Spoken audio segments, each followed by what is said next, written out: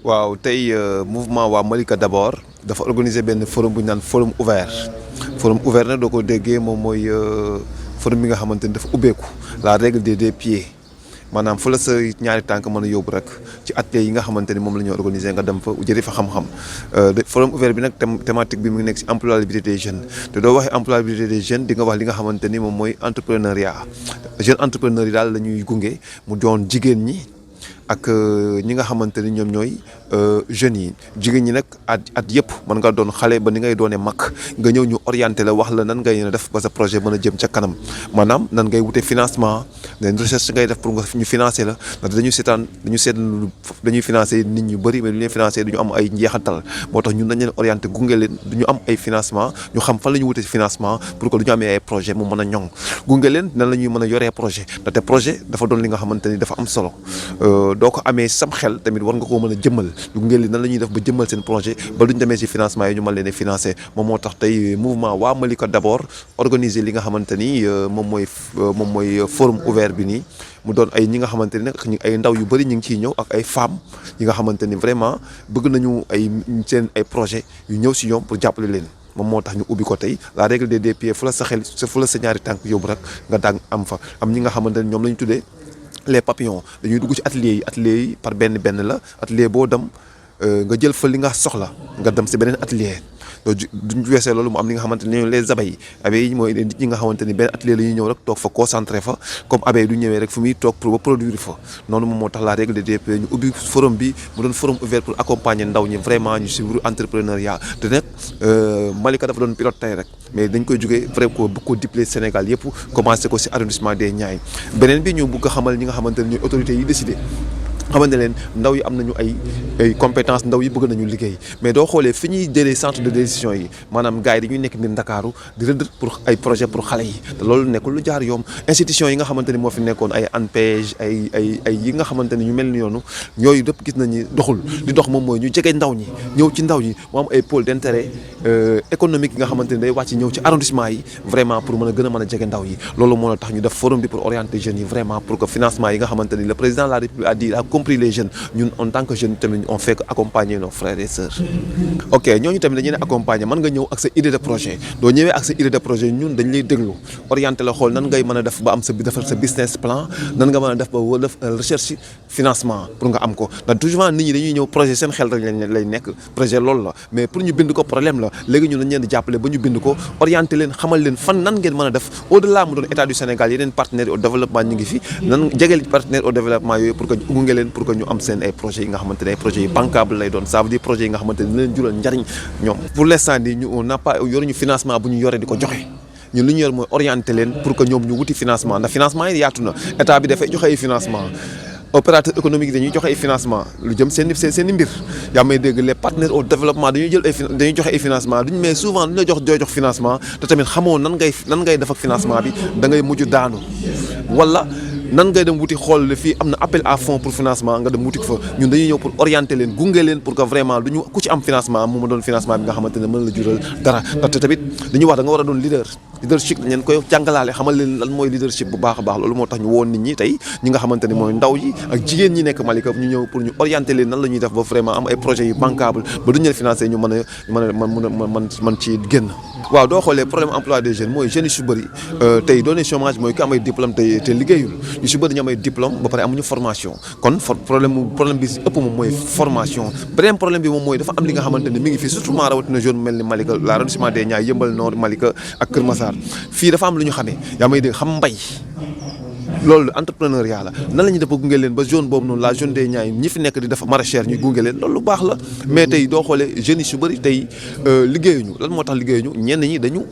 jàng ba génn école te amuñu benn formation kon il faut que ñu gunge leen ñu former leen am na ñi nga xamante ni nag am nañ ay këyit ba former nañ leen mais loolu dañu leen war a jël dugal leen ci tissu social bi dugal leen ci daal l'administration loolu état moo ci mën dara mais ñun li ñu mën rek mooy orienter jeunes yi parce que ñun amuñu doole pour mën a jox jeune bi ne ko xaalis a ngi nii liggéeyal mais li ñu mën mooy accompagner la jox la ay match ay bagages techniques yi nga xamante ni doo fa jógee fii di nga mën a wuti financement mën a demal sa bopp. waaw doo amee sa projet dafa am li nga xamante ni mooy dafa lu war a njëkk mooy projet bu banca projet bu baax lay doon nga xool daf étude des milieux daf am li ñu naan business plan loolu lépp dañ leen ci ñaax war a jàngal leen leadership ndaxte ki yore projet bi di dem ak projet bi war naa doon leader leader bi nga xamante ne vraiment daa mat gu nekk ci moom loolu lépp dañ leen koy jàngal la ba nga da defalee sa projet ba pare nan ngay wuti financement ku la financé ndaxte doo ñëwee pour ñu financé la il faut que nga am noo mel il faut nga am loo wane yooyu yëpp lañ leen di wan ci li nga xamante ne mooy journée tey bi. waaw salaamaaleykum maa ngi tudd Fatou Touré dëkk Malika.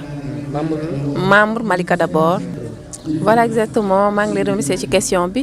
tey boo gisee sunu teewaay fii nii ci centre UNESCO bi ça dû ak appel bi nga xamante ne président de la République da koo def par rapport à l'employabilité des jeunes ñu gis ni ndaw ñi de plus en plus dañuy chômer ñi nga xamante ne dañuy bàyyi seen jàngi wala ñi nga xamante ne dañoo nekk ci secteur bi nga xam ne c'est pas formel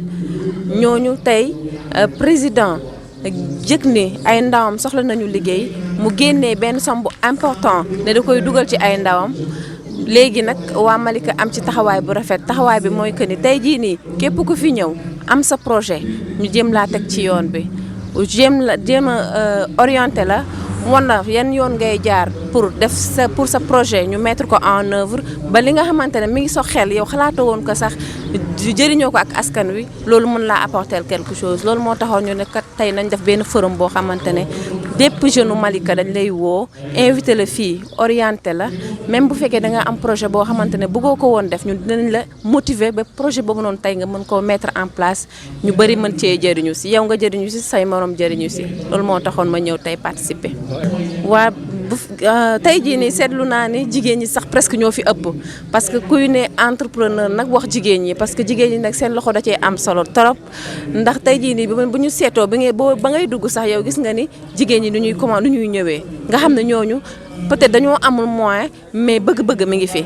donc tey jii nii ñun tamit ñu ngi ciy lancé appel président bi mu bàyyi si waat xel bu baax a baax que ni jigéen ñi muy ndaw ñi di mag ñi bëgg nañu liggéey mais dañoo amul ñun ñu ngi ciy apporter suñu touche personnelle mooy que di leen jàppale di leen won yan yoon la ñuy dem pour ñu mën a am si financement yi mais na gën a par exemple financement yi na gën a pratique mooy que ni ñi ko yellool nañ ci jot. waa asalaamaaleykum man maa ngi tudd Astou Fall ñu may woowee Mama Aïda. waaw forum bi xanaa di ko rafetlu rek xanaa yéex gee ñëw kañ la ñuy naqarlu waaye am na solo lool macha allah am na solo ndaxte liñ fi wax lépp njariñ la ci jeunes yi njariñ la ci femmes yi surtout ci femmes yi parce que femmes yi tey suñ leen encadré wul teg leen ci yoon di lu dul financer leen rek dañuy perte parce que financement dafa ànd ak encadrement ànd ak formation ànd ak suivi ànd ak évaluation mais soo jëlee nit ki financer ko te defaloo ko formation encadré woo ko amul suivi amul évaluation yàq nga sa xaalis donc loolu dafa am importance jeunes yi pare nit ki man muy keneen xaalis buñ la ko joxee li nga ci njëkk a def mooy xalaat loo lekk wala xalaat loo sol wala xalaat loo ci defee sa beneen activité boo xam ne nii ça n'a rien à voir ak projet ba nga xam ni moom lañ la tegaloon wala moom nga tegoon banque loolu c'est valable pour beaucoup de personnes donc loolu su forum bi ñëwee tey pour leeral ko askan bi duñ def lu dul di ko rafetlu rek ndaxte soo jàngalee nit ki doo dëkkee di may nit ki te jàngaloo ko yaa ngi koy lor dañoo war a jàngale ba pare doog a jox financement jeunes yi ni ñu leen yaakaare woon ci forum bi sax ñëwewuñ ni parce que groupe bi rek am na 255 personnes ma 256 personnes li fi nekk tey jii kenn matu sax kii mais ba tey rek du tax ñu bàyyi comme première édition la du tax nit ñi bàyyi rek dañuy gën a jàpp ba mu jëm kanam di ñaan yàlla mu barkeel ndax Malika tamit nag ay potentiel la nga fi ay xale yu ngi fi yu am jom ay jigéen yu nangoo liggéey ay jigéen bu dee yeewu 3 heures du matin di dem jaay wàcc 14 heures 15 heures nit ëpp ko jom waa boo amee jom nag te amoo doole dinañ la teg loo mënul ndaxte tey jii suñu soxna yi li ñuy jël di ko dem di ko yenu di ko jaay ji jéeg bu fi togg te toggul oignon amul kuy togg te toggul poivron amul kuy togg te toggoo tomate fraîche amul te fii lañ koy jëlee da ngay dem sax ba boo demee Thiaroye dañ la naan oignon Malika yaa ngi nii moo ëpp prix moo ëpp mais amul prix ci ñi koy jaay su ma gisee jigéen ñi jóg 3 heures du matin dem di jaay ay Thiaroye ay Castor sama xol day jeex dafa metti c'est dur kooku nu muy éduquer doom kooku bu doomam demee Mbëbës sax dina ko tal ndax ma nga xëy 3 heures du matin dem ñibbi si 14 heures wala 15 heures dem tool ba witti jiwaat ñëw di ko raxas ak ko seddal pare nelaw 8 heures mu tëddi waa kooku fu muy lijjantee doomam nañ waxante dëgg nañ xoolaat jigéen ñi lañu defar jigéen ñi dooleel jigéen ñi ba pare nag doog a ñëw ci xale yii di yéeg ci oto mbal yi seen yaay dafay nekkul pour mën leen a lijjante wala seen yaay xelam leneen a ngi ci ba talu leen waaye ku tal sa doom ku sañoon sa doom may doon pay ku sañoon sa doom may gën bépp doom waaye nag bu doole amul bañ du bari soo déggee ngay bañ a ko siisu da ngay am mbaa nga mën waaye soo amul mënoo sa bañ du bari lu la naqari nag ku lépp doole dala koo tegul Malika gi mën naa romb fii di dem mën nañoo romb di dem suñu suuf su nangu sii ñu bàyyi ko nii di ko jaay nit ñi fu waay jóg ñëw dëkk dañ mënoon koo bàyyi exploité ko formé ci suñu exploité ko formé ci suñu jeunes yi formé ci suñu fay. teewaay bi dama koy rafetlu di ci kontaan xaj na sunu jot bariwul mais lépp luy defar dëkk bi war nañ ci participer ak fépp fu mu mën a nekk parce que dama yaakaar ne képp ku ñëw di defar dëkk bi te nga yor nekk chef de village yow lay jàppale parce que dëkk bi toll na foo xam ne nii kenn nit mënu ko defar nit ki possibilité amul ba fu jóg nga nekk fa yooyu yëpp lu nuy kontaan la lu nu rafetlu la parce que amuñu lu dul Malika li nu ci yokk fierté nag sunuy maam ñoo ko yor ba Malika sosoo ba nëga ni bàyyi laay sampaloo leen ko te lu mu wax yàllaa ko ko wax loo kon loolu mbégte la moo xam ne ni buñ sañoon fu doomu Malika nekk di nga am loo suturloo di nga tikki loolu moom ñu ngi koy rafetle amuñu ci yamuwaay saa bu lu mel ni amee bu nu fekkee wér ak jàmm dinañ ko fekk bu soobee yàlla. waaw loolu moom li may wax naa ko ci sama biir wax léegi nee naa la lu génn ci état bi la te état bi sunu njariñ la sunu alal la nga ca bu nu farluwul jëli ko beneen keneen dina ko jël donc kon lii dañu ci war a am ne ci biir région de Dakar état bi war nu ci jox sunu wàll mu génn ci pour jariñu dëkk bi. loolu moom la nu am la nu ci wax tey gën a yee ndaw ñi nag fu mbooloo am boo ko fekkewul bul wax ni dégguma la nu doon wax ndax bu nu wootee pour njariñul dëkk bi war ngaa dem fekke ba bu ëllëgee li ngay nettali nga xam lan la doon waaw mais bul nangu mukk ñu di la informer boo mënee teewee te am jot ñëwal teewee dama yaakaar ne nag am na ñoo xam ne ñëwunu mais ñàkk jot ak koor gi moo leen empêché ba mënunoo ñëw loolu daal xam naa ko waaw loolu moom moo ci am solo parce que am na benn cadre ay mag ñu retraité sama kër la nuy réunion mooy cadre de concertation bu Malika foofu la nuy réunion ñu ngi woo aussi ndaw ñi saa bu nuy wooteeti waxtaan woo xam ne pour ci jëm ci dëkk bi la ku nekk patriote bëgg dëkk bi dox war nga teewee wax ci sa xalaat ndax ku xamul dara amul waaw. waaw man la Moustapha Sylla dëkk Malika doon membre Malika d'abord donc maa nekkoon ci formation forum bi donc maa nekkoon yoroon ni li jëm ci wàllu programme bi ci loolu laa nekkoon actuellement installation yeeg li jëm ci programme yëpp daal daanaka ci responsable ci laa bokkoon. waaw organisation bi li ko waraloon mooy nekkoon ci programme bi nga xam ni comme état dafa am xaalis bi da ko génn war ko jëm ci population bi donc bëgguñu population Malika bi des ginnaaw c'est normal que ñu jël population Malika jéem leen feexee ñu jiitu ci kanam loolu moo waral programme bi ba programme bi li nga fi seen muy jëm ci base 16 lu mu ci monté doon daanaka ci sunu xaalis la jógee ne li jëm ci population Malika la jógee initié ko par Malika d'abord ñu ngi siyaare nag di nuyu Malcolm ak papa yi nga xam ne kilifa yi ak chef de village ñëpp ñëwoon nañ donc lu mel noonu moo si nekkoon programme bi loolu tax ñu génn ci sunu poste dem louer base louer siège xaaruñu ci état dara parce que dañoo bëgg a former suñuy jeunes suñuy ndaw ba ëllëg bu lii ñëwee mu doon loo xam ne si nii du leen bett waaw parce que boo ñëwee nga defar sa plan defar sa projet bu fekkee dafa baax am na ñoo xam ne si nii dañ fee nekk en tant que pour loolu baaxul ñu ñëw ñu ne li nga defar baaxul defaraat ko nga dem ñu modifier la ko fii nga war a jaar projet baax projet bu fekkee wóor na leen ni bii bu mën a jàll boo ñëw ñu carrément li mën a jàll mais amuloo formation dañu la war a defal formation bi ñu lay defal nag moo doon bi nga xam ne day mëngu ak sa projet ba boo ko tegee mu mën a jàll ngir ëllëg nga mën cee réussir yàgg sa njaboot ak ñi nga xam ne yéen ko seeq ñëpp loolu moo taxoon programme bi tey forum bi da mu doon forum ouvert actuellement nag yamu fi parce que ñoo ngi continuer nekk ci salle yi donc am na ci salle de orientation boo xam ne boo dikkee fan lay yóbbu pour nga mën a xam ni kii boo di fekkee dafa soxla li jëm ci wàllu élevage dañ naan ko demal fële lañ koy former bu dee li jëm ci wàllu agriculture dañ naan demal fële la jëm bu dee da ngay ñëw nag nga ne yow damay jóg pour jëm li jëm ci wàllu bâtiment construction yaa xam ferrage wala maintenance lu mënti doon dañ lay yóbbu ne la kële moo ko war a def kon liggéey bi yamul fii lii commencement la mu doon première partie mais nag jeunesse dafa mel ne xamuñu ko parce que boo xoolee li fi ñëpp nekk ay mag lañ parce que bari na suñu wax ñoo ngi tëdd seen kër di nelaw te lii affaire jeunesse la donc buñ ne 18 ans jusqu'à 40 ans kon ay jeunesse la ay ndaw lañ kooku c'est normal que pour jeunesse bi génn mais ñàkk koo xam moo waral lii ñun nag dañoo def li ñu mën le pour bëgg jeunesse bi génn ñu wax leen li fi xew pour ñu mën a xam ñoom ëllëg na lañ koy jàppee mais le fait que ñoom ñoo ngi dem tëdd jeunesse su Pikine bu ñu jógee dañ koy jël yóbbu bu Guédiawaye bu jógee dañ koy yóbbu bu Malika bu jógee tëddaat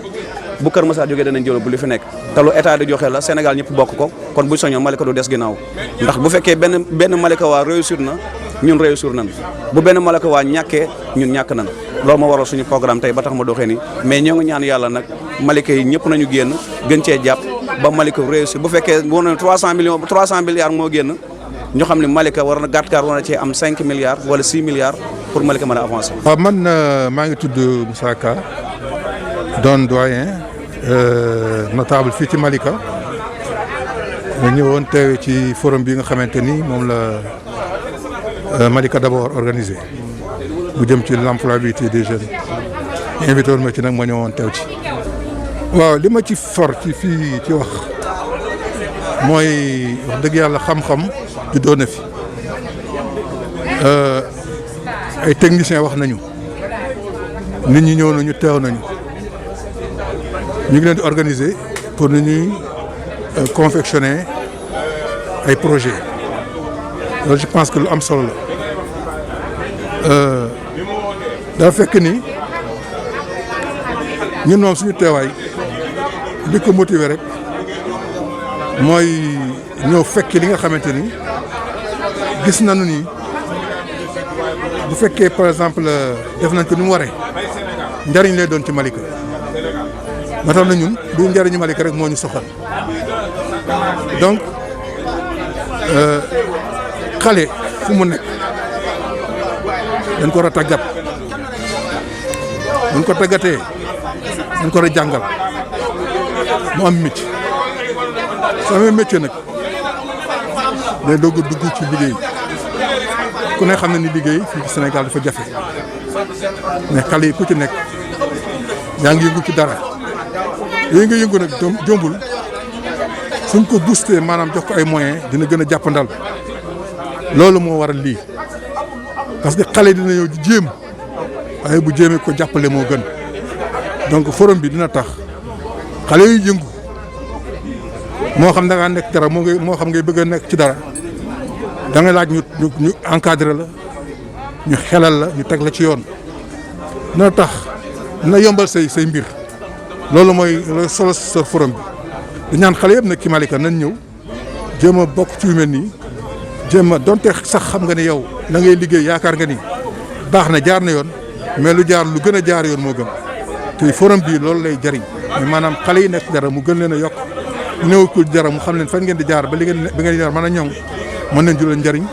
jural njariñ seen waa kër jural njariñ seen njaboot jural njariñ képp koo xamante kii vraiment wërsëgam xaj na ci loolu daal mooy ne xam moom jàpp naa ko fi te itam am na fi ay développement yoo xamante ni développement yu am solo la ci mbir mi nga xam ne ku ko dégg dina xam ni mbir yi du ay da ngay jóg rek def mais da ngaa war a xam ba pare doo ko def voilà. di leen sant docteur Gora Niang comme ni nga ko waxee tey ñëw nañ teew fii ci forum bi sur l'employabilité des jeunes sur l'apprentissage la formation ak le financement pour l'emploi des jeunes bi nga xam ne waa Malika d'abord ñoo ko organisé donc di leen ci sant ñoom ñëpp donc membre Malika d'abord bi yëpp daal maa ngi leen di gërëm di leen féliciter parce que forum bii man ñëw naa fi tey mais ça ko ni une réussite donc vraiment ndam lu bëree bëri lañ ci jëlee maa ngi leen di sant di jël lépp nag teg ko ci loxo coordonnateur bi di Mandoumbe Fall ñu naan ko Malcolm Fall donc liggéey bi rafet na ñi nga xam ne ñoo ñëw tey di leen accompagner tey génne na fi xam-xam bu leer a leer dëgg conférencier yi bii nga xam ne sax aussi moom mu abordé woon thème bi naan le leadership man jàng naa ci lu bëree te ki nga xam ne moo war a jiite ji nit ñi ëllëg ak ki war a jiite nan la war a mel ci comportement ba ca xam-xam ba ca dal ga ca nite ga ca tabe ga ci lépp daal abordé na ko loo xam ni daal dëgg-dëgg kontaan nañ ci bu baax a baax man daal li may wax ndaw ñi di leen di ñaax mooy ndaw ñi nañ gën a gëm seen bopp ndaw ñi nañ gën a am engagement ci li ñuy def parce que ni ma koy waxee toujours rek ndam loo gis rek juróom-ñeent fukk ak juróom-ñett ci téeméer boo jël loolu ci engagement nit ki la mooy 98% daal engagement nit ki mooy tax mu réussir 2% yi nag moom mooy li nga xam ne moom mooy inspiration nit ki donc il faut être inspiré et il faut être engagé loolu laay dëgtal ndaw ji ñu gëm seen bopp xam ni tamit fii ñu dëkk di Malika bokk ci banlieue bi ñu xam ni bu defaroo ñu ñoo ko war a defar nan bokk ndey bokk baay xalaat yi nekk fi ñu ñëwandoo mag ñi jàppale leen teg leen ci yoon ñu daal di am ndam ci suñu dëkk bi